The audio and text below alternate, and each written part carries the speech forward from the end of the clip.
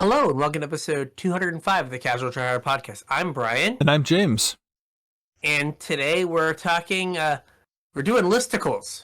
Listicles. I think that's a real term. Is it? At least the girl from I just recently rewatched Detective Pikachu.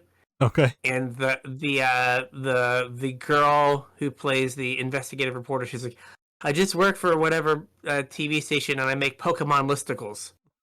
Okay. I've never heard that word before, so maybe it is, yeah. but... About which Pokemon are the cutest. Spoiler alert, they're all the cute. Yeah, we're gonna go do some lists of people and magic things. Yeah, sure, yeah. That's a good way of... Yeah. I hadn't linked the two things until just then. Good job, me. Boom, we did it. So if you want to get at us on social media, say hi, interact, do all that stuff, all those links are in the description. Twitter, Facebook, our email, Discord. Discord's been a little slow recently. I guess we're all neck deep in Christmas prep. Yeah, holidays are the worst, holiday man. Prep. It's been wild. Yeah, you can't see behind me, but there's just like a war zone of wrapping paper because like I wrap like a third grader. It's not pretty. The packages get wrapped, but more tape than paper. Yeah, it's not like this. Like I think everyone's wife like just like the packages, like all the lines are perfect. Everything is like nice and snug. And I was like, yeah, I wrapped a thing. After I put it all together, I realized the wrapping paper was upside down, so all the Santas are upside down. I was like, he's a toddler. He won't notice. Yeah. It's fine. Like, I could have flipped it over. Might have tipped over, but yeah. But we're on there pretty frequently, so if you want to get at us, those are all the ways to find us. Yeah. If you're looking to support the show, there's a couple ways you can do it. First is through a TCG player affiliate link, tcg.casualtryhardmtg.com. Follow that link over to TCG player. Now that they're taking over all of the Magic marketplace, it's an easy way to do your shopping for singles or sealed product or whatever you're looking for. And if you use our affiliate link, we will get a percentage of whatever you spend to help keep the show going, and we would really appreciate that. So tcg.casualtryhardmtg.com doesn't cost you anything and helps to support the show. So it's a great way to help us out. And the other way is through our Patreon, patreon.com/casualtryhardmtg. We're going to talk a little bit about Patreon here. So buckle in. Patrons get access to our show notes. Usually they go up on Wednesdays. Show goes live on Thursdays, so the show notes will go up Wednesday. To give you kind of a sneak peek of what we're going to be talking about, patrons have access to that. Patrons also have access to our pre-show, which is about another hour of us every week. So if you like what we do here on the show and you want some more of us, you can check out our pre-show. We talk about Magic stuff. We talk about just kind of what's going on in our lives, talk about the show. You never really know what we're going to be talking about. We never really know what we're going to be talking about. So it's a kind of a grab bag, but it's fun. And patrons get access to it. Usually that goes up Wednesdays as well. Patrons also get put on my mailing list. So when I have cool stuff to send out to you guys, which I just got a shipping notification of, so hopefully they'll be here soon. If I have your mailing address, I can send you stuff. The reason that I wanted to dive a little bit deeper into Patreon is because we've gotten a bunch of brand new patrons lately. So I wanted to take a quick minute here and thank all of our patrons, especially the brand new ones. Well, I guess especially the ones that have been around forever, but also especially the new ones. And it's been quite some time since we rambled off the list of our patrons, so I'm going to try and do this real quick without butchering anybody's names. All right, here we go. And I believe this is in order. Don't hold me to that because this came off of a document made from a document made from a document, so it may not be in chronological order, but I think this is. So starting with the newest, thanks to Chris Pilarski, Courtney Bolden, Taylor McDonald, Chris Carey, Alfred Denny, Dan Liberto, Brad Van Hook, Matt Merkant, Jose Nambo, Jamie Gorton, Bradley Whaley, Dom Fonts, and Jason Roby. Thanks, guys. You're the best. Thank you very much. Yeah. So the most magical name in there is Jose Nambo. Yeah. It's not a combo, it's a Nambo. That is correct. So there we go. Yeah. Yeah, no, thank you. We appreciate it. Like Yeah. we are small, but I do appreciate you all listening. Mm-hmm. I think I mentioned in Discord, people like, we'll all post the podcast Thursday night, and like we'll get some feedback on something that was said in the podcast like that night. Yeah. And one, like, I'm surprised that people are nighttime podcast listeners. I'm a morning. I start my new podcast in the morning. But two, like, it's always, it's nice that there are people that we put up the podcast and they're like, oh, neat, I get to listen to the podcast. Yeah. You know what I mean? As opposed to just like, oh, I'll get to it, whatever. Like, it feels like there are people that are like, oh, the podcast posted at 9, I can get this done before bed because I'm excited to listen to it. So we appreciate you. Absolutely. Especially, like, one of the things, whenever we get a new patron, I like to send out, kind of a personalized message. So all of you patrons that have gotten my message, that's not like a form that I send out. Like, I write all of those. And one of the things I tell all of our patrons is it means a lot to us because we're a very small show. Not even comparatively, especially comparatively, but like we're super small and we kind of just do this for funsies. It's a couple buddies that have played Magic forever, and this is kind of how we engage with the game now. So for there to be people out there that appreciate what we do enough to chip a couple bucks in to help keep the show going, it really does mean a lot to us. So thank you to all of our patrons.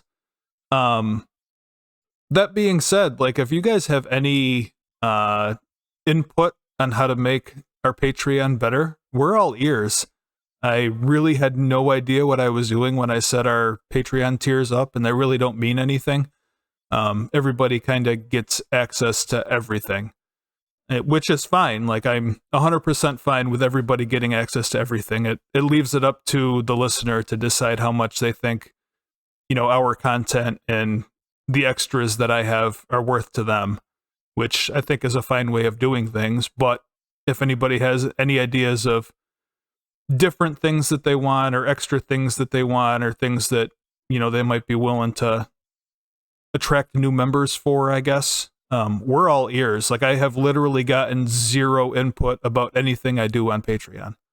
Yeah. So yeah, we're not saying that we want to like take something away or no, move something that you have now behind a different paywall. No. But if you were like, hey, if you guys did this, I think it would be really cool. Mm-hmm.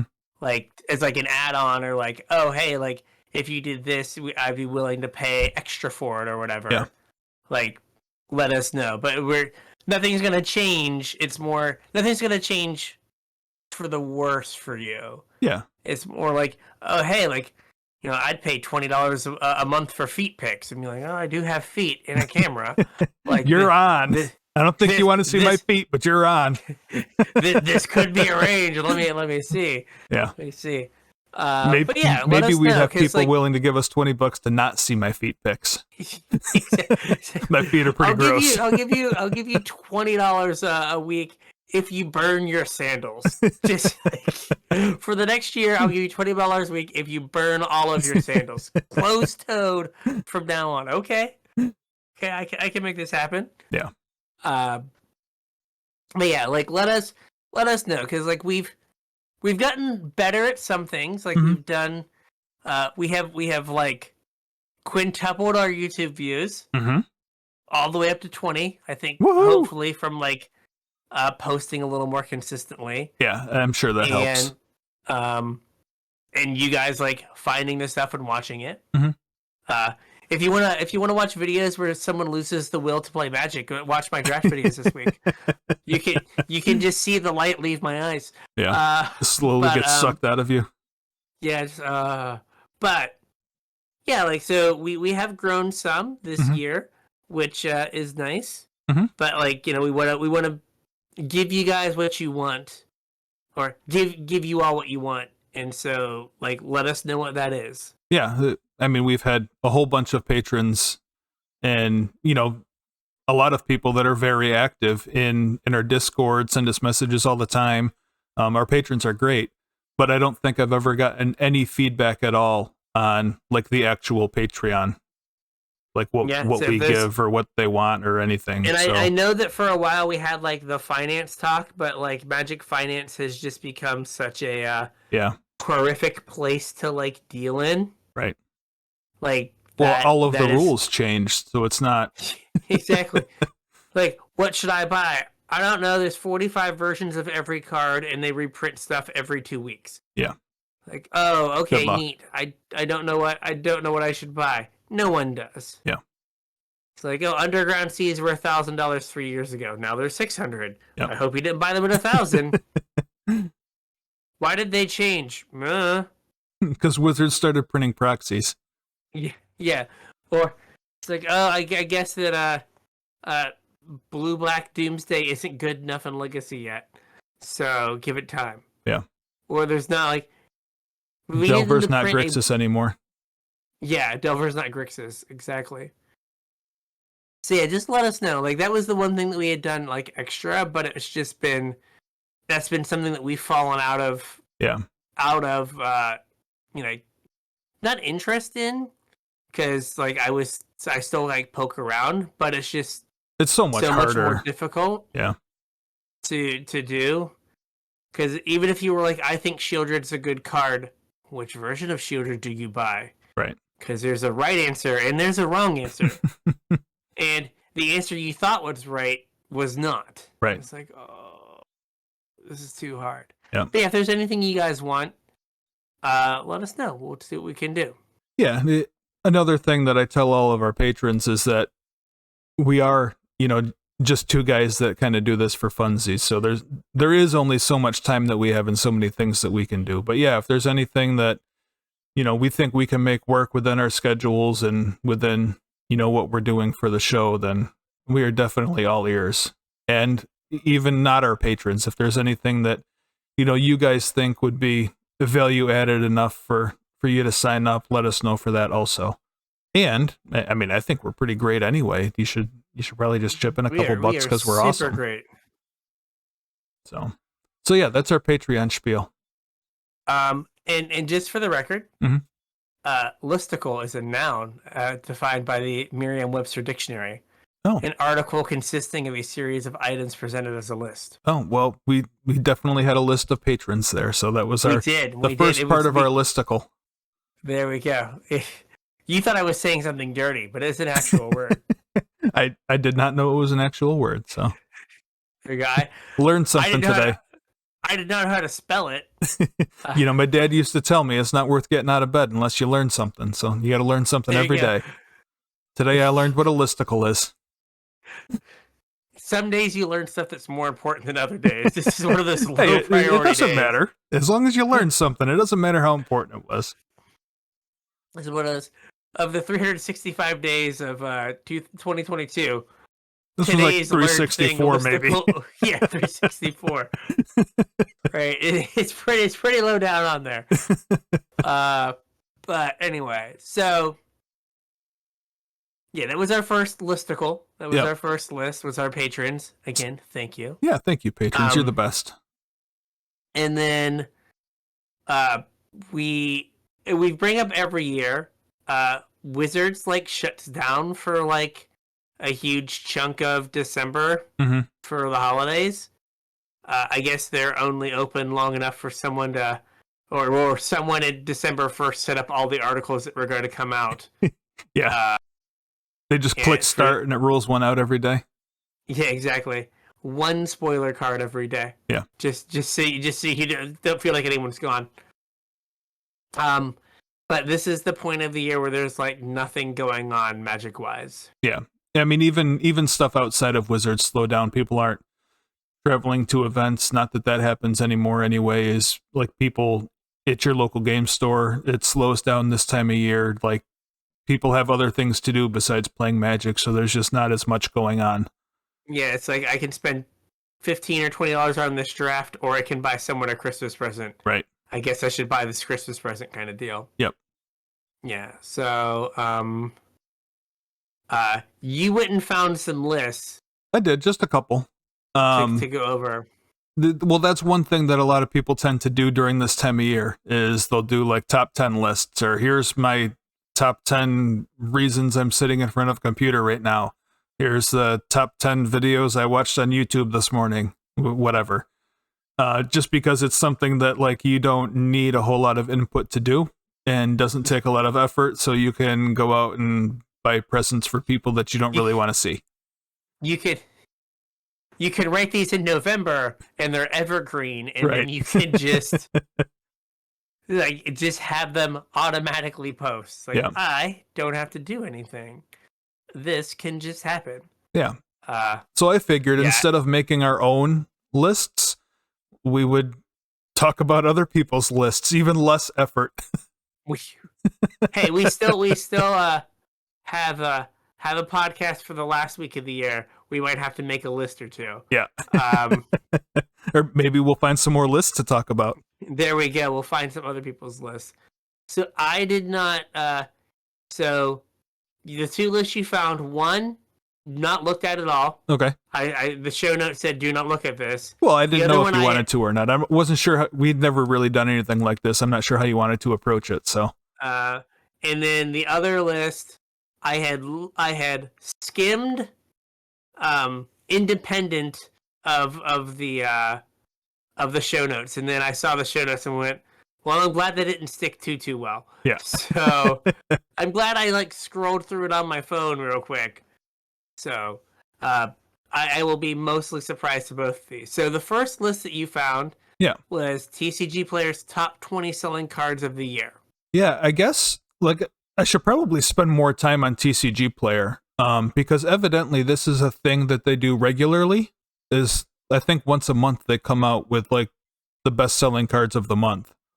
Okay. And I didn't know that, so maybe that's something that I should keep an eye out for in the future, because this is the kind of thing that I'm interested in.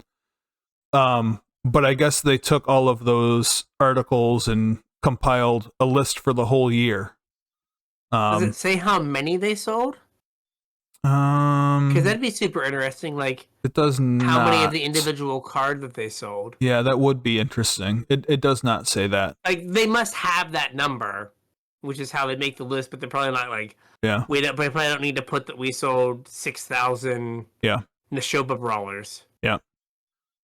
So I guess I'm not really sure how to do this. Some of them are pretty surprising. Some of them maybe not so much. I mean, how many of them are cards released this year? Because I'm not gonna I could guess some cards, but I'm not gonna be able to guess I don't know Onslaught Plains. Just is a little too obscure for me to guess. I'm trying to figure out which cards were this year. Too many products. Sorry. Too many products. So okay, was Modern Horizons 2 this year, or that was last year? No, Modern Horizons was was it in 2020? Was it 2 years ago? Time's a flat circle. No, Modern Horizons 2. Modern Horizons 2, was it 2020? Oh, really? Modern Horizons 2, according to somewhere, when was this set released? We're gonna type release date, and then we're gonna get it. 2021, June 18th, okay, 2021. So it was not this year. Not this year. All right. So I'm gonna guess is Fable of the Mirror Breaker on the list? Yes. Did you want to take a guess at where it is? My first thought when we said this list, I was gonna say it was number 1. Okay, it is not number 1. Okay. The other thing I thought was some uncommon or common that is super played but relatively cheap might be number 1. Nope, that is also not number 1.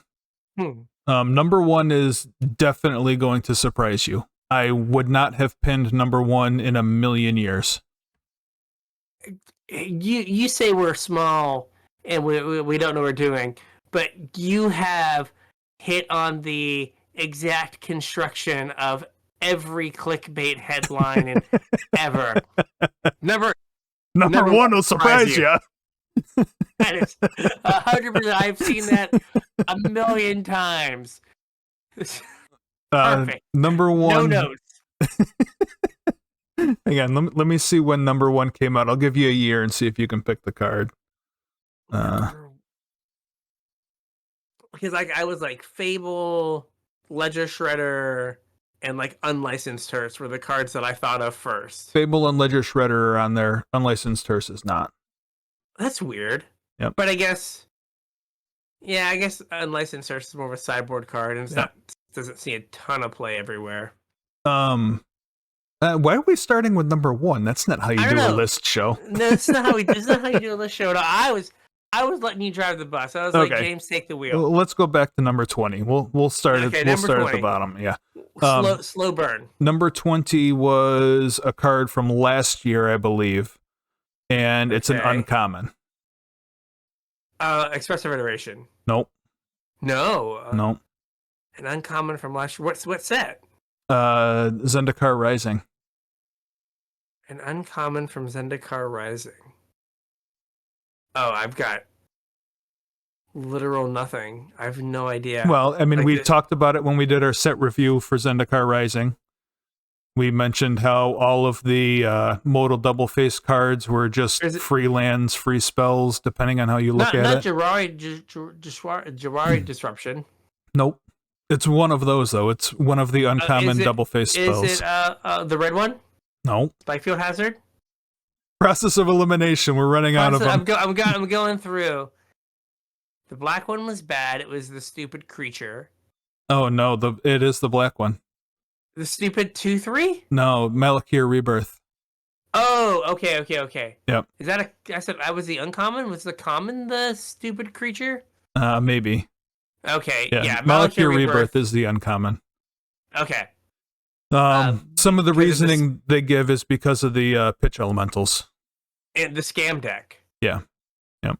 Yeah. So there's black, white, and red, black scam. Holy moly. Is that price accurate? What? Are they $5? No. I believe you, but that's like just... That is absurd. They are $5. Market price is $5.24. Oh my god. I have some of these because I bought a bunch when they came out for like a nickel. I bought a whole stack of them. I think I need to make some of those go away. Yeah, I don't think I have a stack, but I bought a reasonable number of them. I thought, okay. Whew. All right. Ready for number 19? Sure, that's traumatizing, but yes, go ahead. This is a car from this year, and it's part of a cycle. Card from this year, part of a cycle. Yep. Not a triome. Nope. What's this rarity? It's a rare. A rare. Is it one of the lords? Nope. Okay, I got nothing. This is one of the pitch cards from Kamigawa. Pitch cards from... Why did I remember that there were pitch cards in Kamigawa? March of Otherworldly Light. Oh, okay. Yep. Gosh. Yeah. Okay. Yep, that's number 19. Okay, I totally thought there were, like, pitch cards in Kamigawa. Yep. Even though I played against March of Otherworldly Light. They're only, like, half pitch cards, but... Another card that we talked about this cycle in our set review for that set, so we're doing pretty good on those, right? Yeah. And they have in the article here, they just mentioned that it's kind of seen as like the pioneer version of Prismatic Ending, which it kind of is. Yeah, it doesn't quite get... It misses Planeswalkers, right? Yeah. Artifact, creature, enchantment. Yeah, so... Well, yeah, no, it's good. And it's significantly less expensive than the uncommon we just talked about. They were way more expensive. Market price is $1.89. Oh man, maybe I should get some of those because they were like super expensive for a while. Okay. All right, number 18 is not a card you're probably ever going to guess. Okay. I guess I don't know which version of this card is or if it's just this card in general. It's Ashnod's Altar. I'll just give you this one. This number 18 was just reprinted in Brothers War as like a extra artifact. I think it caught a reprint not soon or not too far before that also. So it's been reprinted a bunch lately. Just kind of an EDH staple. Mm-hmm. And like it floats around some like random other like decks in Modern and stuff. Yeah, okay. Yeah. Is it? It's not Modern Legal, is it? Yeah, it is. It was no. I was thinking of Altar of Dementia. Yeah, no, Ashnod's Altar is from Antiquities. Yes, you're right. Yeah. All right, number 17 is actually a card that I talked about it when we did our set review of this set, and after that I had talked about picking some copies up and never got around to picking copies up of this card.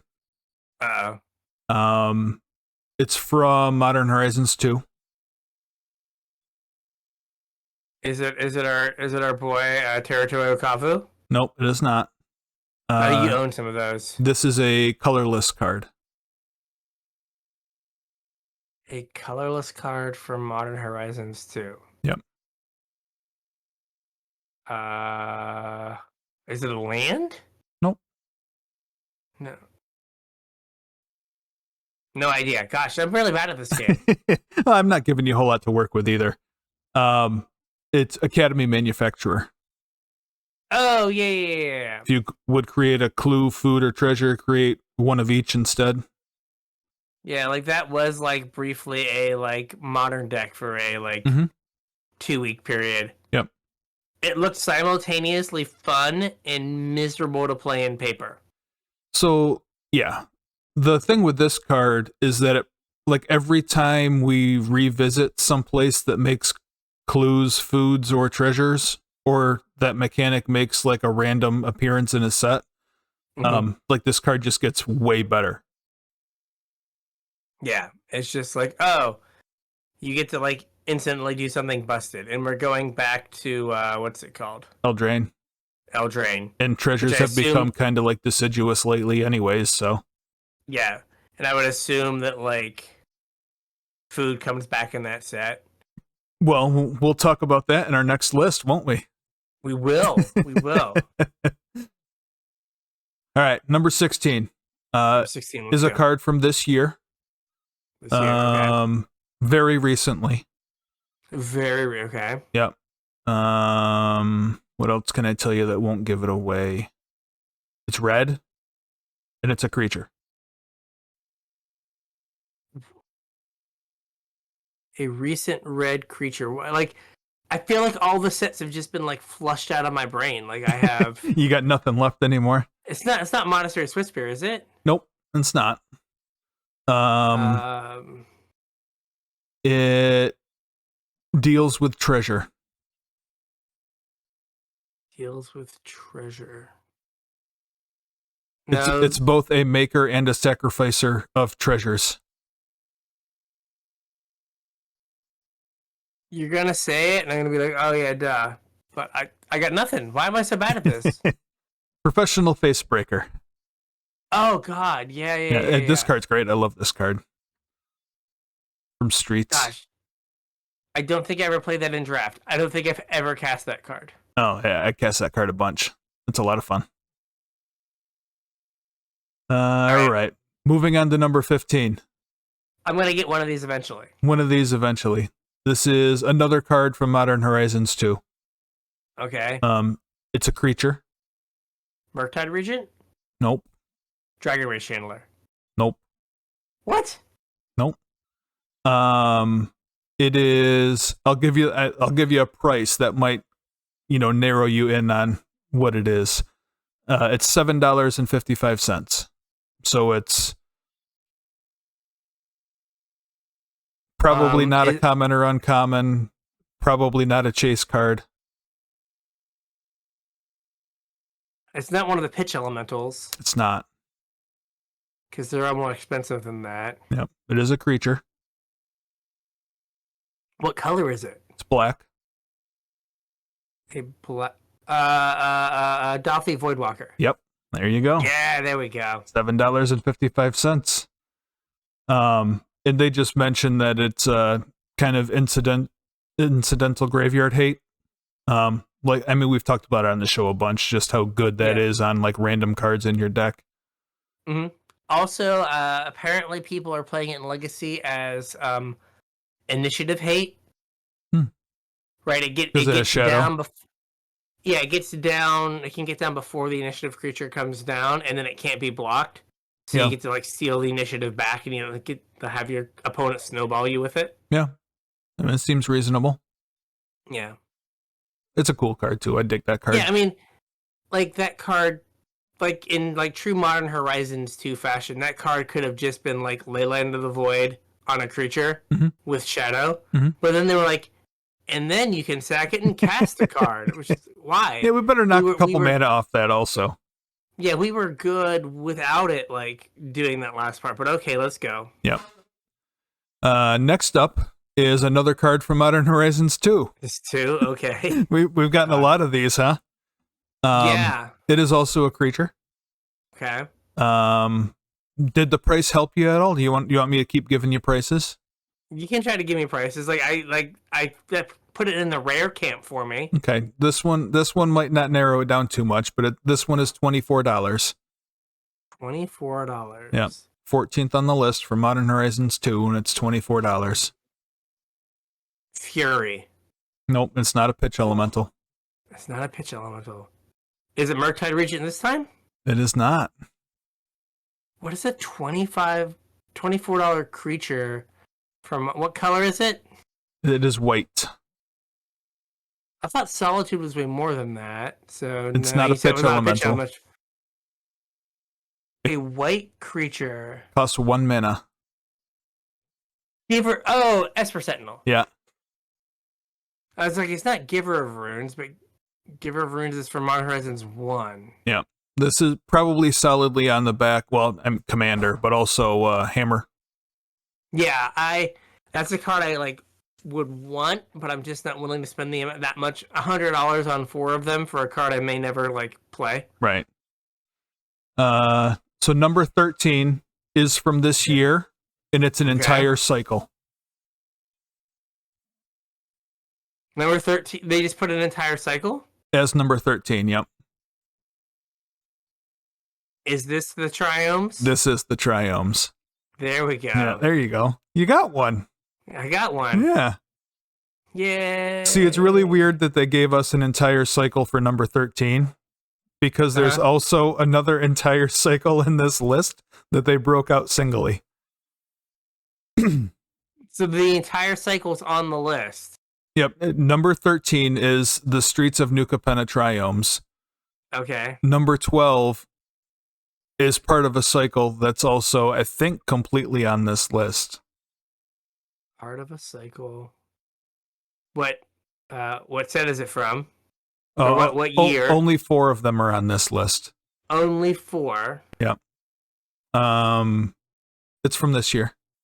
From this year. Yep. What are the... Oh, gosh. This one is $4.60. $4.60. It's not the flip.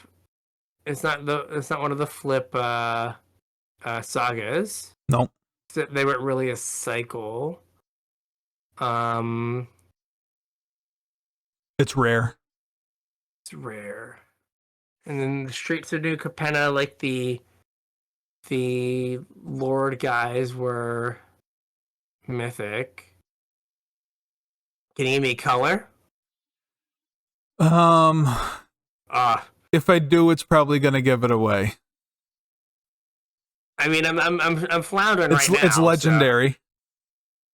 There are 425 of those we established this year. So, well, it's legendary, but can't be your commander. How's that? Okay. Oh, it must be a planeswalker. Or not. I mean, there's other legendary things than planeswalkers. There's legendary artifacts and enchantments and lands and. It is one of the it's one of the channel lands. Yeah. In the the blue one, Besage's like $25 or $20 or something. The blue one's like $8, I think, or something. Blue one's 15. Blue one's 15. Okay, Yeah. I got Besage mine. is 27. Okay, I got mine cheaper than that. Okay. Is it the white one? Yep, that's the white one. Eganjo. Yeah, we took a second. Okay. All right, we're to our second uncommon now. Okay. This uncommon is $1. $1 uncommon. It's from this year.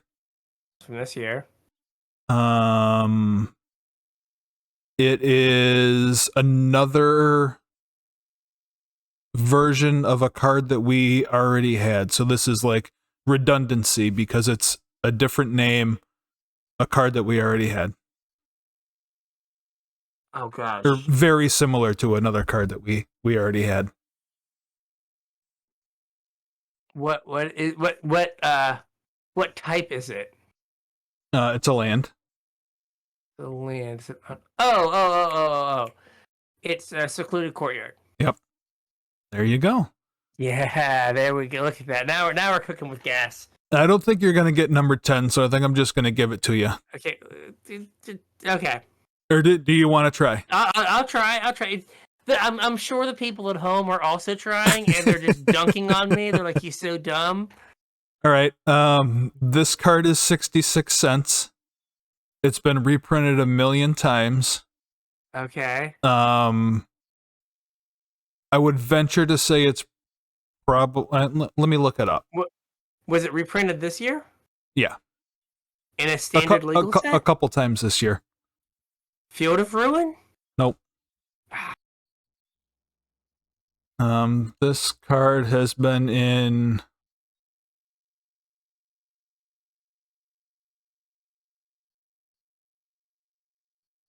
Giant Growth isn't that expensive.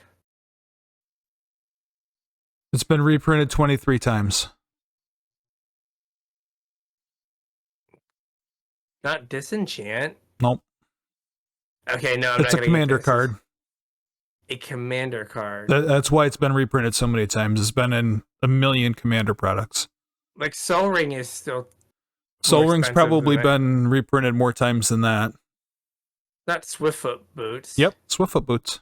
Oh, nice. Yep, there you go. That wasn't too bad. You got there. No, I got there. I don't think I gave too much of that away. When you said it was a commander card, I was like, okay. So far on this list, there's been a lot of cards from Kamigawa. Yes. And a bunch of cards from New Capenna, which I think is kind of weird because, like, Kamigawa was really popular, but New Capenna I didn't think was. I mean, there were some good cards in that set, but I don't think it was. Like the powerful things. Yeah. Like just a few outliers, yeah. Well, number 9 is another card from New Capenna. Okay. And it's an uncommon. It's $1.60. Uncommon from New Capenna. Yeah. It's not an offer you can't refuse. It is an offer you can't refuse. Yeah. Nice. Yeah. Good job. I didn't give much of that one away either. No. Number 8, I'm going to give you because we already kind of talked about it. It's Takenuma. Takenuma, the black one. Yep. So number 8. Number 7 is a card that you already guessed, but for a different place on the list. Okay. So number 7 is Fable of the Mirror Breaker. Okay. I guess it's hard for that one to like sell a ton since it jumped up to like $25. Yeah. I mean, sees play everywhere though. It does not surprise me it's on the list at all. No. Oh, this is kind of interesting though. In the article, they say Fable of the Mirror Breaker is today's version of Tarmogoyf. I don't think I had ever really looked at it like that, but I mean, in some ways, it kind of is. Yeah, it just kind of goes in like every deck that can cast it. Yeah, does its job. Kind of glues decks together. Interesting. I can see that. Number 6, I don't think you're gonna get, but we'll try it. Okay. It's another card from this year. It's a rare. Okay. It's $7.80. Why is it rare? Okay, nothing. It is a sorcery. Sorcery. Rare sorcery. It's white. It's sorcery. And it has art from my favorite artist. Farewell. Yeah. Because it's Seb McKinnon art. Yep. Good old Seb. Yeah, I was kind of surprised to see that on the list. There's certainly. I mean, it's such a good I guess it catches everything selectively. It catches everything but planeswalkers. Which if you're the blue-white control deck, you don't want to think.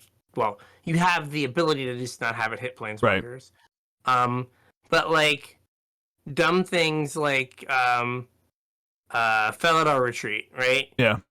Usually they have to spend a card answering the retreat and a card answering the cats. Right. But Farewell is just I get to answer all of it all in one card. So there are just so many times where Yeah, it's just not a card that you're gonna pick up 4 of for a deck. It's a card you'd pick up 1 or 2 of for your sideboard. You know what I mean? But I wonder how much with the prevalence of sweepers in Commander that you're getting the I play blue-white control and Pioneer people. Yeah. Plus the I play mono Ravs in Commander people as well. Yeah. Yeah, I was kind of surprised to see that one. Yeah, I agree. Number 5 is also one that you already guessed. Is it Ledger Shredder? Yeah, Ledger Shredder. Boom. Yep. Number 4, I'm also going to give you because we kind of already talked about it. It's Otawara. Okay. I mean, that's. So does this mean? Okay, I think I know what number 1 is, but we'll. Okay. We'll work up to it. So there's 3 cards left. We'll kind of maybe do them simultaneously if you have an idea. You'll probably get what one of them is. I don't think you're going to get what the other 2 are. So, one of them is Beseiju. Number 3 is Beseiju. Okay, I was going to say Beseiju is maybe number 1. Nope. But again, it's hard for it being super expensive. Yeah. Number 3 is Beseiju. Okay. Number 2, you're never going to get. Okay. And it's a specific version of the card, which is weird also. Number 2 is Earthquake from Portal's Second Age. I have absolutely no idea how this is number 2 on the list of the best-selling cards for this year. What? Yeah. What? Especially with how few of them there are. Yeah, how? I don't know. Portal Second Age. Yeah. It says making regular appearances on the bestsellers throughout the years, Portal's Second Age printing of Earthquake. While it may seem odd for a card with numerous other printings to appear in our bestsellers, you often see plenty of finance speculation crop up in these lists, and Earthquake is no exception.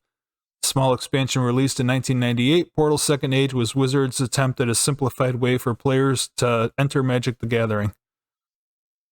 Doesn't really say anything about why this card is on the list, though. I mean, it's gone up almost $2 since the start of last year, since a year ago. But that's weird. Yeah.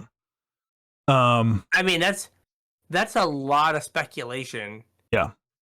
Especially for its card that's had that many reprints. That there's an Earthquake in Portal, and there's also Earthquakes from Alpha and Beta. Right. Yeah, weird. Yep. Would not have expected that. All right, so you ready for the number 1 card? All right, yeah. Okay, let's see if we can guess this one. It was printed in 2017. 2017. So we were solidly playing Magic then. We were. We were traveling to events. Uh-huh. It is currently $14.59. Okay. 2017 was... That wasn't like Shadows, was it? Let me look up what sets came out in 2017 so I don't give it away. I was gonna do that as well. Like, what is 2017? Like, yeah. So 2017, we had Aether Revolt, Modern Masters 2017, Dual Decks Mind versus Might, Amonkhet, Commander Anthology, Arch Enemy Nicole Bolas, Hour of Devastation, Commander 2017, Ixalan, Iconic Masters, From the Vault Transform, Dual Deck Merfolk versus Goblins, and Unstable. It's gotta be one of like the regular product releases. All right. So of those, you have Aether Revolt, Amonkhet, Hour of Devastation, and Ixalan. And Unstable, if you want to count that. Is it a mythic? It is a rare. A $17 rare from 14.59. Okay, and it's not like no one cares about Ixalan that much. I mean, there's random cards in Ixalan that are kind of expensive, aren't there? I guess like Search is like the first thing I thought of. Yeah. But like, I can't imagine people being like, "Oh man, I gotta get my searches in 2022. I'm gonna pay $14 for them." What is there in Aether Revolt? Because Chandra was in Kaladesh. Yes, she was a mythic as well. Yeah. Yeah, this is a rare. Is it Big Boat? It is not Big Boat. Oh. Nope, not Big Boat. No idea. This is like, what set is it from? How that? What set? You're in the right set. So it's Aether Revolt. Yep. What? Wouldn't be Aetherflux Reservoir. No. That's an artifact. What? Not Marvel. Like, who's buying Marvels in the year of our Lord 2022? Nobody. What?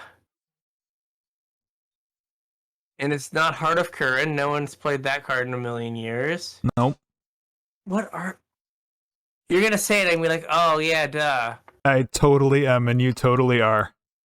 Not Looter Scooter. Looter Scooter was from the first set. Yeah, not Looter Scooter. What are Karn board targets? I don't know if this is a Karn board target. Oh my gosh. Chromatic, it's not the Orrery. Nope. That was from the other set.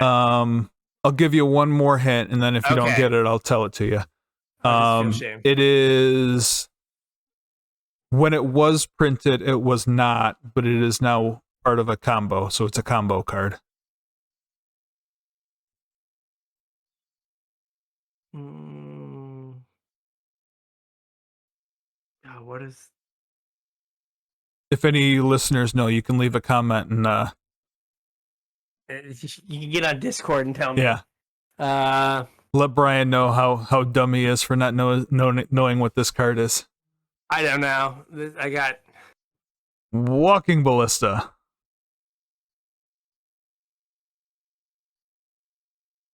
Walking Ballista. Yep.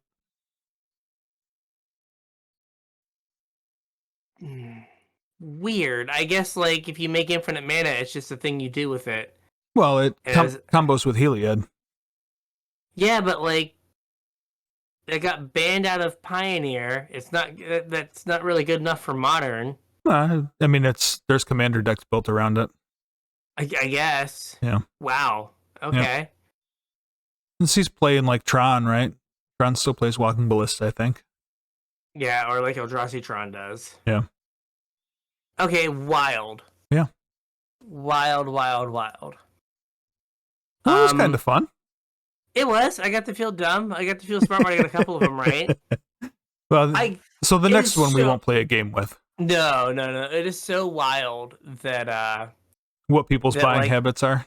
Yeah, like a 5-year-old card is the number one card of the year. What about leyline binding and it saving legacy? Yeah.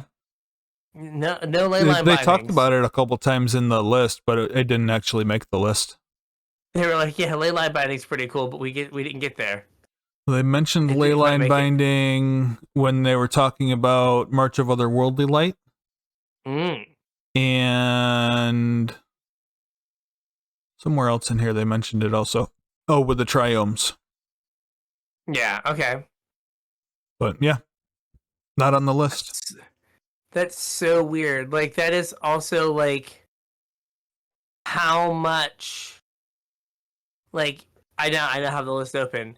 If you just look at like how much, how many of these cards are like, I'll do it the other way, are like commander cards, right? Ashnod's Altar, Academy Manufacturer is probably more for commander. Like, there aren't like, maybe at the start of the year it was competitive. Yeah. But like, Professional Facebreaker is a commander card for sure. And then, well, I guess like Swiftfoot Boots. So I guess only like 3 or 4 of them. I guess like an offer you can't refuse is probably maybe seeing more play in Commander. It's like a fringe like combo card. Yeah. Some formats. Yeah, okay. But then like Earthquake and Walking Ballista. Like Walking Ballista is all here probably just for Commander value, right? Probably. And Earthquake, someone's trying to get rich. Yeah, the Earthquake threw me for a loop. I have no idea with that one. Like, that's wild. Yeah. Like, here's a card from a million years ago. Yeah. A million years ago. Wow. Yep. But okay, it's funny that 20% of the cards on this list are the channel lands. Like, that just lets you know how powerful the channel lands are. Yeah, well, it's also kind of weird that they did it that way too. Like, I wonder what else would have been on the list if they just had the channel lands at a spot like they did the triomes. Yeah, I don't know. We need to get at the author, Emma Partlow. Yeah. When they're not on the Popper format panel, they could let us know like why like, because like they're probably what, 5 on the list if you put them all together. Maybe a little bit, maybe a little bit lower. Yeah. But like you've got like 3 and 4 are the bounce lands. Yeah. Or not the bounce land, the channel lands. The channel lands. Yeah, but imagine that if you put a spell on a land that you can't counter. Yeah, an uncounterable spell on a land. Yeah. That and one of them is pretty much just like Assassin's Trophy. Mm-hmm. An uncounterable Assassin's Trophy. Yeah. Oh, neat. That's pretty good. Yeah. But yeah, it's surprising. Like, I thought that, like, I was thinking of like competitive cards, but then also like what are cheap things. But it's funny that like Swiftfoot Boots is still on the list. Well, I mean, the whole reason that I thought we might want to talk about this as an episode was the first card that we talked about, number 20. I just thought it was wild that one of the most purchased cards of the year, or however they did this, was an uncommon from Zendikar Rising. Like, that's kind of wild. That's $5. Yeah. I need to make those, and my creativity, indomitable creativities go away apparently. Yeah. The foil is only slightly more expensive, which is sad. Yeah. But oh man, there was like a point where they were $12 for the foils. But I mean, if like your whole thing is I want to blink my pitch elemental. Yeah. or have it come back, and it gives you extra things to pitch to it. Right. Like, it makes sense. Like, I don't know how many of these I bought just because, like, it seems like we get this card like a million times. Mm-hmm. Right? Like, we have like 4 versions of this. Yeah. Feign Death. And Undying? Isn't there one that's named after the mechanic? Maybe, yeah. Yeah, there are Feign Death from Adventures in the Forgotten Realms is a common. Mm-hmm. It's $1.25. Wow. Until the end of your turn, target creature gains. When this creature dies, return to the battlefield tapped under its owner control with a +1/+1 counter on it. Like, okay, calm down. Like, and that's just from the pitch elementals being good. Yeah. All right. So now our other list is Morrow ranking mechanics since like Throne of Eldraine. Yeah, he does usually like scale. every year he does one of these storm scale like update videos or not videos but lists or whatever. And this one is Throne through Strixhaven, part 1, so it's not even like the whole list. Okay. So we'll just kind of, which is like 3 years or 2 years worth of mechanics. Yeah, I mean it's not all of them, but yeah, but some of them. Or it's like the new ones. Yeah. Well, no, because some of the old ones are in here too, because they talk about cycling. Yeah, I guess in Kicker, yeah. Yeah. So first, we'll just start at the beginning, I guess. Sure. Adamant is the first one that he talks about, and like this mechanic was just whatever. I don't even really care what he says to say about the mechanic. If you don't remember, it cared about spending mana of a single color to cast the card. Yeah, so like the card had a there was the red one that was 2 and a red deal 3. Mm-hmm. But if you paid red, it dealt 4 or something. Yeah. So it was like kind of Kicker, kind of not. Instead of like adding to the mana cost, you just made the spell harder to cast. Yeah. At the same mana value. Yeah. So the way that he goes through these articles is he ranks the mechanics based on popularity, design space, versatility, play design, and playability, and then gives them a score. Yeah. I don't think we have to go any further than the first category to realize what's up here. Popularity was unliked. So it probably doesn't matter what the design space, versatility, development play, or playability are because nobody liked the mechanic. Yeah, like I think if you had like a mechanic that no one liked, but had like all this rich design space and stuff, they could be like, well, we did it poorly the first time. Yeah. But if we come back and do it again, it'll be better. True. And like I guess that was the case for, was it Chroma turned into Devotion? Yes, was it Chroma? I think so. Because Devotion, like everybody loves Devotion, but I don't think anybody even remember. It was Chroma, right? Wasn't that what it was called? Yeah. I don't think anybody even remembers what Chroma was, but yeah, it was basically Devotion. I am looking up Chroma now if I can find it. Yeah.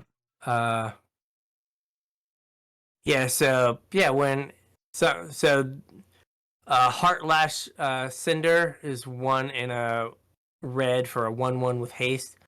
And when it comes into play, it gets +X/+O till the end of turn, where X is the number of red mana symbols in the mana cost of your permanents you control. Yeah. So that is like basically Devotion, but just with a weird name. Yeah. Because I don't know what the difference is. But yeah. Now here is like this version of Chroma is reveal cards in your hand. You gain 2 life for each green mana symbol and those cards revealed this way. This is for yeah. So Devotion does not work like that. No. Yeah. So some of them are on the battlefield, some of them are in your hand. Yeah. Devotion, they just made it like on the battlefield. Yep. So yeah, like they can like tweak something and like bring it back with a slightly different name. And so, like, for people that don't know, the storm scale is, I guess we didn't really talk about this when we started, but the storm scale is probability for a mechanic to come back. With one being, you see it all the time. Like, I have the article open. So flying, death touch, scrying, things like that. And then, as the name implies, basically is never going to come back. Right. And that is Storm. The two mechanics they have there are Storm, thus the name, the Storm scale. And Dredge. And then Dredge, which we had. Is a crying shame. One Dredge card in Modern Horizons 1. Shenanigans. And then we had the Storm cards in Modern Horizons 2 that promptly got banned in Pauper. Right. After like 2 months of everyone just storming off. Chatterstorm. Hey, you do remember that I told everyone not to buy the deck because it was going to get banned. Yep. So basically something that's low on the list is more likely to come back. Something that is high on the list is less likely to come back. Yep. And Adamant scored a 7 because nobody liked it. Yeah. And basically they're just like, there's not a whole lot we can do with this. Yeah. Okay. Now, this is actually the mechanic that I thought we might have again, like Malakir Rebirth, kind of got my wheels turning, thinking it might be a cool idea for an episode. This mechanic was that moment for this article also. Okay. So this is Adventures. From, I guess, Throne of Eldraine and Commander Legends. Yeah, Commander Legends had they were like weird ones though, right? I think that they're fixed. They're the fixed version of Adventures. So this Adventures was very popular. Yeah.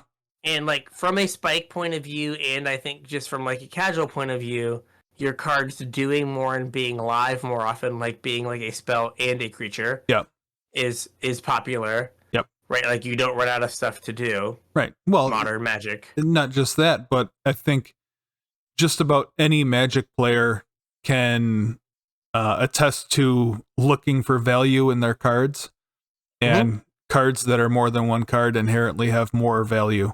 So yes, it's a reason why people might like them. Especially when you get to cast them twice. Right. And then, and so in Commander Legends, like, I feel like everything, they, like, added, like, 1 or 2 mana to the adventure side, and a couple mana to the creature side. Yeah. They costed them more fair. Yeah, the 3 cards we have pictures of a Brazen Borrower, Murderous Rider, and Crushy McCrusherton. Yep. And, well, one of them is a Legacy staple. One of them is, like, a Pioneer staple. And one of them is, like, I get played in mono black decks. Right. Right. But they just are like, it's like, oh, we found out we just can't, like, make the spell how much that spell costs. Right. Either side of it. Yeah. If we just make it what that card costs, they're too good. Yep. So, like, they're, like, super popular. There's a lot of design space. And then they're just, like, Storm Scale 3. Like, I don't know, like, I feel like these cards were, like, the designs that we got were kind of oppressive. Well, so that, like, I guess that's why this is an interesting conversation, though, because the Baldur's Gate ones aren't oppressive because they're costed properly. So the implementation from Throne probably isn't a 3 on the Storm scale, but the mechanic in general, like, it can still be a fun mechanic even if it's not broken. So I think true. I think that that it has to be a mechanic that is like it has to be like a limited mechanic, not a not a like constructed mechanic, if that makes any sense. Power wise, you mean? Yeah. Yeah. Like you can't have it be, oh, there it is. Well, I think there's a middle ground there. So, like, part of the problem with the adventure cards in Throne was what you just mentioned, where they were costed too aggressively. The other part was the energy thing, where there were, like, cards that cared about your adventures. Mm-hmm. And, like, that was also oppressive. I think that if we, had cards that weren't as aggressively costed and also didn't have cards that cared about specifically adventures, and you just had adventure cards that were, even if they were fairly costed, just not aggressively costed, and you didn't have like the supporting architecture, I think like they're probably fine. Yeah, I guess like and they don't have to be weak. Like Innkeeper and Lucky Clover, yeah, kind of made them blah. But like, so you have, like, for example, you have Beanstalk Giant as an uncommon. It's 3 mana for the search, put a land on the battlefield, and then 7 mana for the star or equal number of lands. Mm. And then looking at like an uncommon from Commander Legends Baldur's Gate, Amethyst Dragon is 4 and a red for deals 4 damage divided as you choose among a number of targets. Mm-hmm. So like kind of a lava axe. Chandra's Pyrohelix, right? Wasn't that? Something like that, yeah. But it's 5 mana, and then it's a 4/4 flying haste for 6 mana. Yeah. Right, like that is just powered down based on its stats. But like, so I guess my point was, I realized that Brazen Borrower, Bone Crusher, they're very good cards that see eternal play. But would that have been top tier standard deck if Lucky Clover didn't exist? No, probably not. But even so, like making a card like Bone Crusher Giant, where it deals 2 damage to everything, right? Like it kind of had the Chain Whirler effect, where like where Chain Whirler kind of shadow banned all X1s, right? Bone Crusher shadow banned anything that was an X2, right? Like you just couldn't play it because it was so backbreaking to have like your thing killed and then play a 4/3.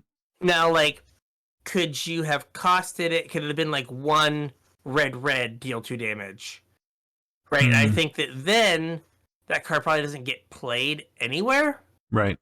Right. Like it's like a whole mana makes it so it's not playable. Yeah. But like there's not a half a mana. Right. Same with like Lovestruck Beast, right? If it was 1 in the green to make a 1/1. Like, well, I mean, that might be a little bit more playable than Bone Crusher with Stomp at 3. Because I guess you can still curve into it. Yeah, like I think that's the problem with Bone Crusher. If you move Stomp to 3 mana, you don't curve into the 4/3, which I think is where the power is in Bone Crusher. I mean, so I think like any of the spells that were like aggressively in air quotes costed just were like too good. Like even like Shepherd of the Flock was, saw play. Because like, oh, it's 1 mana, or like Smitten Swordmaster saw play. Yeah. With the adventure being 1 mana, because you could just kind of fit it in wherever. Well, right, but that's another one that saw play because of Lucky Clover. Yeah, fair. So yeah, I guess how much of it was like Lucky Clover's fault, and then you just have the outliers. Yeah. Well, the higher rarity ones being the issue. Yeah. So yeah, maybe Bone Crusher Giant is fine in standard. Or if like Bone Crusher Giant was a 3/2. Sure. Right, like the fact that it was a 4/3 was a big problem. Yeah. Right, like if you could kill their Bone Crusher with your Bone Crusher. No, I like that. Then like maybe, or if it didn't deal 3 damage, or Yep. 2 damage when it was targeted. Like, Yeah. the amount of text on that card for what it did. So, like, I guess, like, looking at the commanders, the Baldur's Gate ones, they just seem like they were like, we don't want to miss with this again. Yeah. Which like, is weird because they had more room to miss in Commander than they did in regular constructed formats. But I think that, like, we had to think about adventures is like vehicles or equipment where, like, we've not done this card type before. Yeah. I don't know how good it is. And then you get, you know, Smuggler's Copter and Heart of Kurin things, and you get Umezawa's Jitte and the swords. Yeah. And Skull Clamp. And Skull Clamp. Yeah, so you get, like, the first ones that are just, like, a little bit off. Yep. But, like, even, like, Hypnotic Sprite, where it was blue for a 2/1 flyer, but 3 mana for a conditional counterspell. Yeah. Right, like, if that was switched, if it was blue for a conditional counterspell. Then 3 mana and for a 2/1. 3 mana for a 2/1 flyer. Like, that card probably sees a ton of play. Yep. So maybe it's just, like, you can't make it so you curve into the... Like, you can't go spell into creature. Yeah. You can't have your 2 and your 3 drop. Well, I mean, maybe up. that's the reason why we kind of missed on Murderous Rider. Like, when we did the Throne set review, we were super high on Murderous Rider. And maybe that's why we missed, is because you don't curve into it. Yeah, like, and maybe like we just found the secret recipe.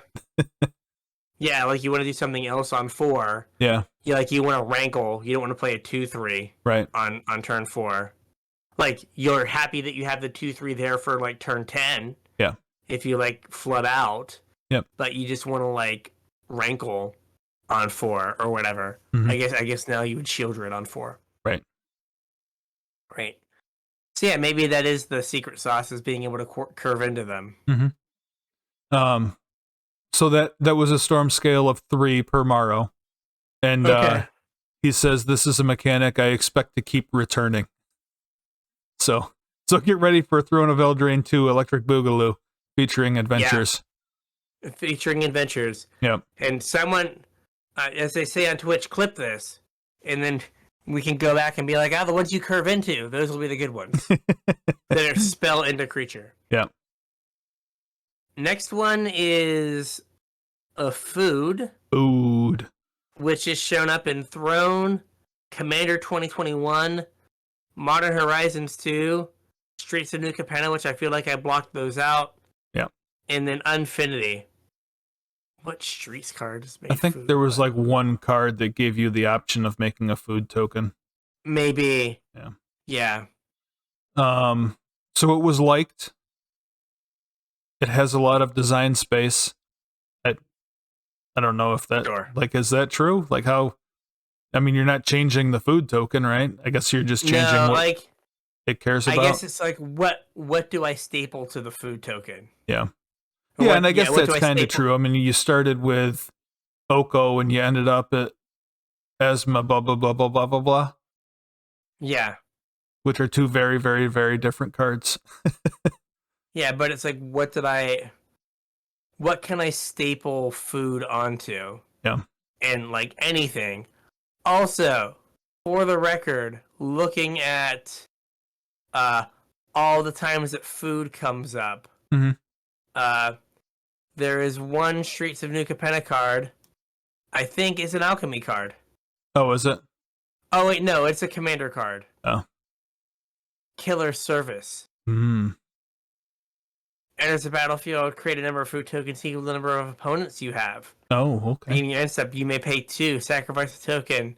If you do, create a 4/4 Rhino Warrior creature. Ooh. But yeah, that would be that's the Streets of New Capenna. Just the only Streets of New Capenna card I see that has that. Yeah.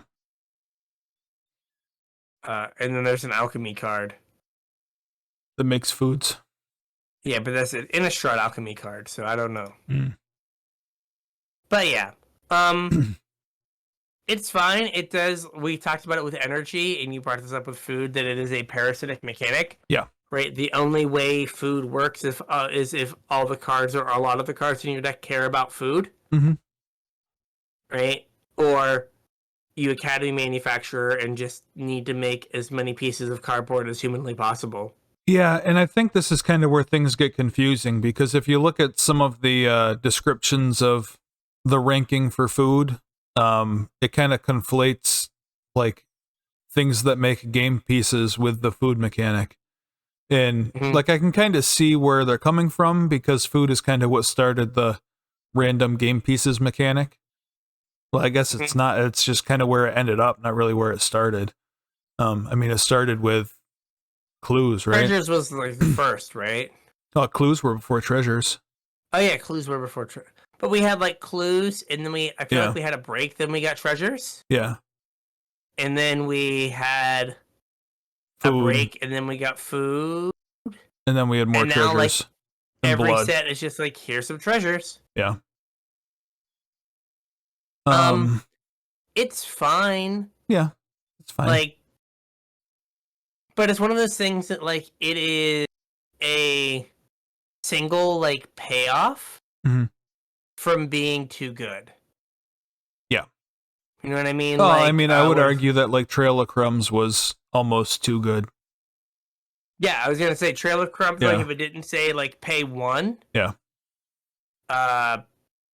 Would have been way too good. But, like, Jerry T talks about, like, playing Trail of Crumbs still in Modern. Yeah. Right? Like, it's just, like, so if there was, like, another payoff or, like, a really efficient way of making food, then, like, I think it becomes a problem. So, like, that's another mechanic that they have to, like, walk a fine line. But it sounds like you're gonna get food and adventures in the new Throne of Eldraine set. Could be. Wouldn't surprise me. The like, the cool thing of, I don't know if I want to call it the cool thing about food, but I think the unique thing about food compared to some of the other random game piece mechanics is that the food token by itself is probably worth less than any other random game piece mechanic. Like, the actual food token is worth less than a clue, is worth less than a blood token, it's worth less than a treasure. But is it worth less than a Power Stone? Probably. No, probably not. Power Stones are pretty garbage. Yeah, they are pretty garbage. Like, Cityscape Leveler, the fact that it has the flavor text of give your opponent a Power Stone is never going to stop you from casting a Cityscape Leveler. You're going to be like, oh man, I don't want to give them a treasure, a Power Stone. It's like, no, Power Stone, here you go. Yeah. But like food is also, at the same time, while it's worth less than, we'll say, most of the other game piece mechanics, it's also the most powerful because of all the other stuff around it. Like, the stuff that cares about treasures isn't anywhere near as bad as the stuff that cares about food. The stuff that cares about blood tokens isn't anywhere near as bad as the stuff that cares about food. I feel like they're going to be more careful with treasures because they make mana. Yeah. Right? But, like, gain 3 life is just like, no one cares about gaining 3 life. That card's bad. Yeah. Right? But it's like... But it's also not the worst. Like, randomly gaining 3 life is relevant. Yeah. But it kind of comes down to, like, kind of like with the decayed zombies. Right? In Limited, at least, they forgot to, like, put their cost on the card. Right? Like, if they just, like, in this next set, they're like, oh, the food mechanic's not very good in Limited, let's knock some mana cost down. Right? Then, like, you get the situation where the food mechanic becomes too good. Yeah. Alright. So, perhaps the most frustrating one. Companion. Yeah. To the surprise of no one, it is unpopular. Yeah. Part of this was that we made a huge mistake balancing them, and they were causing problems across almost all constructed formats. Part of And the some would problem was you argue- made a bad mechanic. You made a terrible mechanic that broke like 3 rules of Magic. Yeah. And you were just like, oh, it's fine. There's small design space. Okay. Development and play design is problematic. Yes, we There we have go. never needed to revise an entire mechanic for power level concerns. So that's a pretty good indication this is a troublesome mechanic. Yes. Yeah, no surprise. This is a Storm Scale 9. Now, he says it should probably be a 10. It should just be a 10. Oh, I thought the Right. scale only went to 9. No, I thought it went to 10. Oh, no, it goes to 10. Okay, yeah, it should be a 10. Yeah, he's like, I guess it could be a 10. Yeah. Like, with Storm and Dredge. Right? The fact that my beloved Dredge is more problematic in the eyes of Morrow than Companion, which got a card banned in Vintage. Yeah. Is just insulting. I mean, I guess part of this comes from, like, the Storm Scale maybe needs to have shifted a little bit over the years because of, like, the way people play Magic now. Mm-hmm. I would say it's probably a more feasible that a random companion would ship in, like, Commander 2027. Yeah. But I feel like you can also, like, have a random Dredge card in a Commander deck. Yeah. I don't know. Like, if a random Dredge card is always going to have a question S, though.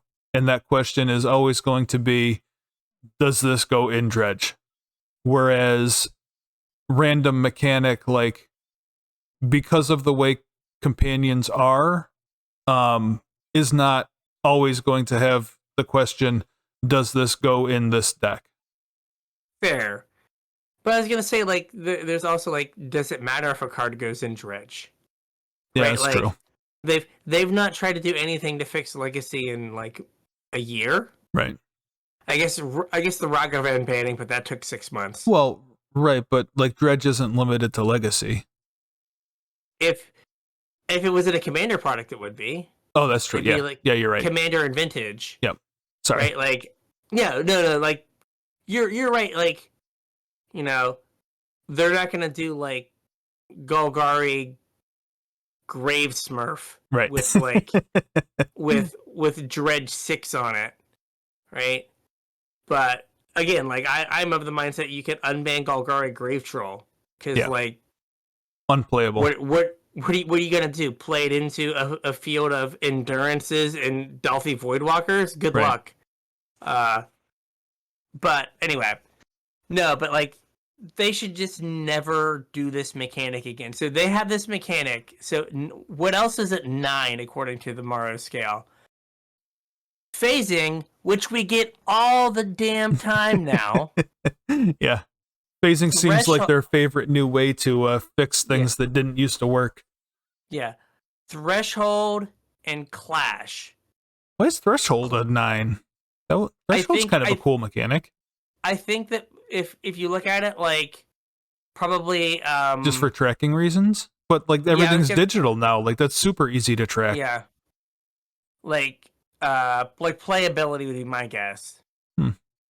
Like, having to, like, count how many cards you have, but then we also get, like, Delirium, Escape.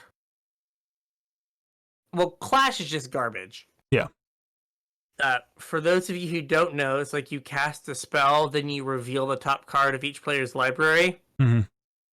And if you have whoever has the higher mana value gets to put that card, like, in their hand. I do believe. Yeah, something like that. Or you got an effect. Yeah, I guess the card would have had to do something with the card you revealed. Yeah, like, I think it's because, like, for Recross the Paths, when you make Recross piles, you're supposed to put Turn Timber Symbiosis on top. because it has a high mana value and you get to put it in your hand. Yeah. So like hey, 9, like phasing should not be a 9 because we've gotten a phasing card in standard legal sets. Like right now. Yeah. And we've had it for like 2 standard cycles. Yeah. But yeah, I don't think that you can balance companions unless like Yorion costs like 8. Right. Right, and not 8 on the installment plan. I'm talking like 5 blue-white hybrid, blue-white hybrid, blue-white hybrid. Yeah. Like just 8. Yeah. And like Gigantha is just a 5 mana 5/5 no text in the decks that it's in, and it still shows up. Sees play. Yeah. Right? Like no, you can't balance these cards. And like I think we talked about in the pre-show, like the fact that like Saffron Olive talks about how Kahira might be the worst designed card like of all time, just because it's like it isn't a lord for a bunch of rogue tribes. Right. It's just like a random 2/3 that like your goes in creatureless control decks. deck gets to play deck. Yeah. Your creatureless deck gets to play, and it's like, yeah, like I don't know what other restrictions you could have that would be interesting. Yeah. Like, you know, if Loris was each card as opposed to each permanent, like then you can't have force. Right. You can't have force of will or force of negation. Mm-hmm. Like that closes off a lot of stuff for that card. But you're not going to do that because what if you're wrong? Yeah. I mean, I still think it's problematic, even if that's what it says. Oh yeah, no, I think it is as well, but I don't think it is as problematic. Yeah. Also, like, there's probably not a whole lot of design space. Like, there's only so many things you can, feasibly enforce for a deck building restriction. Easily enforce. Yeah. And then he has cycling and all the bajillions of sets it's been in. Yep. Mechanic's good. It's great. People love it. No complaints. It's fun. Helps limited. I'm kind of surprised it's a 3 and not lower on the list, but I guess he says he thinks about moving it lower on the list, so. Yeah, it could be 2, probably. Yeah. I like how cantrips are like a level 2. Like, you give me opt in every other set. Right. But okay. And then mutate. Mutate was liked, which, okay. I thought mutate was fun. I still play a mutate deck once in a while. I play the Ivy. One of my brawl decks is a mutate deck. And then the other thing is the playability is affected. Mutate is in contention for one of the most complicated mechanics rules-wise we've ever made. Oh, 100%. A lot of players don't like it because they simply don't understand how it works in many practical situations. Yep. Like, that's a problem. Yeah. Well, I mean, we called this out as a problem, like, when Ikoria came out. How are you tracking this, like, in paper? Now, granted, like you pointed out, no one cares about paper Magic anymore. Right. But, again, it's one of those things that just takes, like, one mutate card to be too good that then you have to care. Mm-hmm. And it's at a 7. And what are the things also at 7? Snow Mana, Retrace, and Split Second. 2 of those, I think, are not great. Yeah. So Split Second is you can't activate abilities or cast spells until the spell of Split Second resolves. Correct. Basically, Split Second is kind of like this is uncounterable. Yeah, I mean, it does a little bit more than that. It does but more, but... It's super uncounterable. Yeah, Retrace is discard a land to recast a spell in your graveyard. Mm-hmm. The problem with that is, like, isn't it a fun game when your opponent casts the exact same spell, like, 4 times? You know what is a fun game? When you get the recast Throes of Chaos every turn. Fair. hoping to 20 someone. So like, yeah, I would not be surprised to see Mutate come back. Yeah. But it is like super complicated, and if they were like really trying to like make paper happen. Mm-hmm. Well, I don't think it comes back in like a standard legal set. If it comes back, it would be like a card or two in either a Horizon set or a Commander product or something. Yeah, like I could see them like maybe weirdly doing like a Mutate Commander deck. Mm-hmm. Right, like you could do something like that. Yeah. But yeah, like I don't think they'll get it in standard again because it is just like too complicated. Yeah.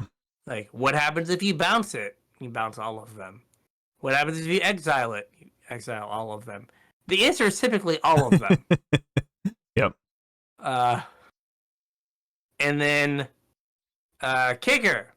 Everything's kicker. Everything's kicker. Kicker. Storm scale of 3 with cycling. And I guess that kind of makes sense. It's probably at the same level as cycling. So if cycling's a 3, this should be a 3. Okay. Adventures, if you remember, was a 3. Oh. Food was a 2. How is food more likely to come back than kicker? I don't know. That doesn't make any sense. Like this scale is not self-consistent at all. It makes that no is sense. True. I had not thought about that. Like I feel like kicker is something that we're gonna get back before we get adventures, and we should get back. Well, no, because Throne's gonna beat us, right? Right. But like, if Throne wasn't on the if Throne wasn't on the release schedule, yeah, and I said, all right, next year, are we gonna get kicker, food, or adventures, or cycling? Yeah, you'd be like, oh, I guess we just did kicker, but whatever, we probably could do kicker again. Yeah. Right, you wouldn't be like, food's the most likely on that list. Right. Never in a million years. And then we have landfall. Which, like, they just errated a bunch of cards, like, to be landfall, so I would imagine this is, going to be either moving down or is very low on the list. People like it because they like it when you flood out that your stuff still does stuff. Yep. There's apparently a lot of design space. Well, yeah, I mean, landfall can trigger basically anything. Anything that's a trigger ability that you could, like, either tap or pay a mana for, you could feasibly trigger with landfall instead. Yep. And landfall is a 3. Food is more likely than landfall. Yeah, that doesn't make a whole lot of sense either. Yeah. We must be missing some portion of how these are ranked. Yeah. Dang. We're not going to get the next list until January 3rd. So much for using this list. The second half of this list for next week's show. Dang it. Yeah, maybe the week after, though. Oh, no, I guess not the week after either. Yeah. We'll come back around to it, though. Yeah, we're going to have to actually think of show ideas. Yeah. Man, this is rough. Well, if you guys got any show ideas. Yes, please. Please, while you're trying to coax us into sending you feet pics. Come up with show ideas. Yeah. Or if you want another listicles episode and you got some lists you want us to talk about. Yeah. If you want us to top 10 lists of lists. Yeah. So with all of those things, we have a classically long show. Yeah, super listicle. Super listicle. So, Supercalifragilistical. Do we have a show name? Maybe. Which one of us gets to be Mary Poppins, and which one of us gets to be like a child? I'll let you pick this time. Oh, well, wait. So it depends what picture I find, because I only have one picture of each of us, and we are both facing specific directions. Can I be Dick Van Dyke? Sure. There we go. Sweet. Absolutely. I can make that work. But, gosh, if you have show ideas, if you have Patreon ideas, or if you just want to say hi, all of our social media links are in the description. Come check us out. My Twitter presence is small, so I will not clutter up your timeline. That's the best thing. The best kind of Twitter presence. Also, hit up our Discord. That's a great way to get a hold of us, and there's a bunch of cool people that hang out in there, so come check out our Discord. Like I said at the top of the show, if you're looking to support us, there's a couple different ways you can do it. The first doesn't cost you anything. It's our TCG player affiliate link, tcg.casualtryhardmtg.com. Just navigate to TCG player using that link, and anything you purchase will help support the show. I already did a huge long spiel on Patreon at the top of the show, so I'm not going to go through it all again. But I will tell you that we really appreciate all of our patrons, and if you appreciate what we do and want to help us out, you can chip a couple bucks in as well. Patreon.com/CasualTryHardMTG. And I think that's it, right? Yeah, so with that, we'll catch you on the internet. We'll catch you on the internet.